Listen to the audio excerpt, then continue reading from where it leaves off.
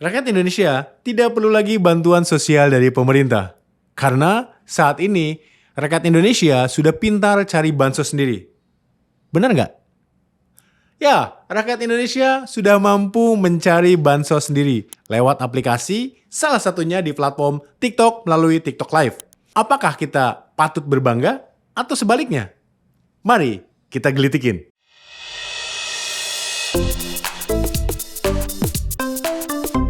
Hanya digelitik. Marak sekali acara live di TikTok dengan berbagai cara, dari mulai joget-joget, mandi lumpur, nantangin hantu, sampai tiduran gak ngapa-ngapain. Menariknya, hal ini bukan dilakukan oleh orang-orang yang melek teknologi saja, tapi juga dilakukan oleh orang-orang yang benar-benar gaptek, seperti yang dilakukan si nenek di rekaman TikTok Live berikut ini.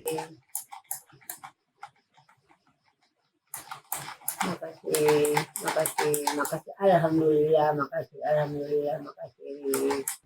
Saya sih merasa miris saja. Media sosial bukan lagi untuk melakukan networking, tapi lebih kepada media untuk mengemis. Bener gak sih? Mereka bukan konten kreator, tapi betul-betul meminta gift atau saweran dari penonton dengan imbalan melakukan challenge yang mereka sudah janjikan. Bahkan ada yang tidak segan-segan meminta gift atau saweran dari penonton layaknya pengemis. Mungkin ada sebagian dari Anda yang tidak setuju dan berpendapat apa bedanya dengan bernyanyi secara live, kemudian mendapatkan gift atau saweran di TikTok? Ya sebenarnya tata caranya sama saja, cuman harus diingat, menyanyi dan menampilkan bakat di TikTok sebagai sebuah karya seni yang patut diapresiasi tidak bisa dilakukan semua orang. Makanya sangat wajar untuk mendapatkan apresiasi. Sementara duduk termenung, lalu saat ada saweran joget-joget, buka baju, guling-guling, atau melakukan tindakan lain yang tidak berfaedah, bahkan ada beberapa yang cenderung membahayakan karena dilakukan secara terus-menerus tanpa henti. Belum tentu layak diapresiasi.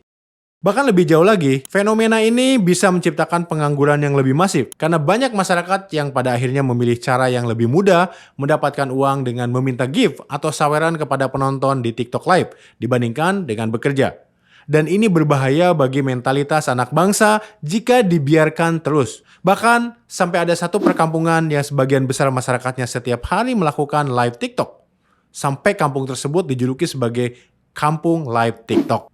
Lalu, apa peran negara dalam meregulasi dan melakukan pembenahan media sosial ini? Setelah tidak mampu menutup platform X atau Twitter akibat kebijakan barunya terkait dengan konten dewasa, pemerintah juga dihadapkan pada tingkat pengangguran terbuka yang makin tinggi. Dan ini bisa membahayakan bonus demografi yang kita miliki. Di mana generasi mudanya menjadi tidak produktif, jangan sampai Indonesia menjadi negara dengan pengemis digital terbanyak di dunia. Jumlah angkatan kerja berdasarkan survei Angkatan Kerja Nasional, Sakernas, pada Februari 2024 sebanyak 149,38 juta orang, naik 2,76 juta orang dibandingkan Februari 2023.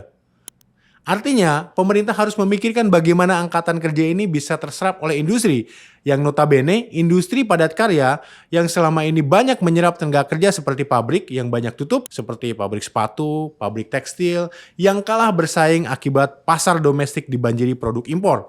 Jadi menurut Anda apakah transformasi digital berhasil atau tidak di Indonesia?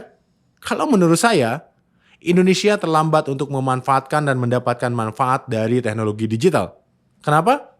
Karena di saat pemerintah kalang kabut dengan menjamurnya aplikasi yang dimiliki oleh instansi pusat dan pemerintah daerah yang mencapai lebih dari 27.000 aplikasi, kebocoran data di mana-mana, ditambah belum amannya pusat data center nasional, malah dampak negatif dari teknologi digital ini yang sudah dirasakan dan menimbulkan wabah di masyarakat. Salah satunya yaitu menjamurnya para pengemis digital yang tiap hari berseliweran di media sosial, terutama di platform TikTok. Kita tinggal tunggu saja respon pemerintah terhadap fenomena yang terjadi. Apakah akan hadir solusi? Atau bansos digital melalui live gift dan saweran penonton inilah yang akan jadi solusi bagi pengangguran di Indonesia. Dan sebagai pengganti bansos pemerintah yang kerap jadi lahan untuk korupsi.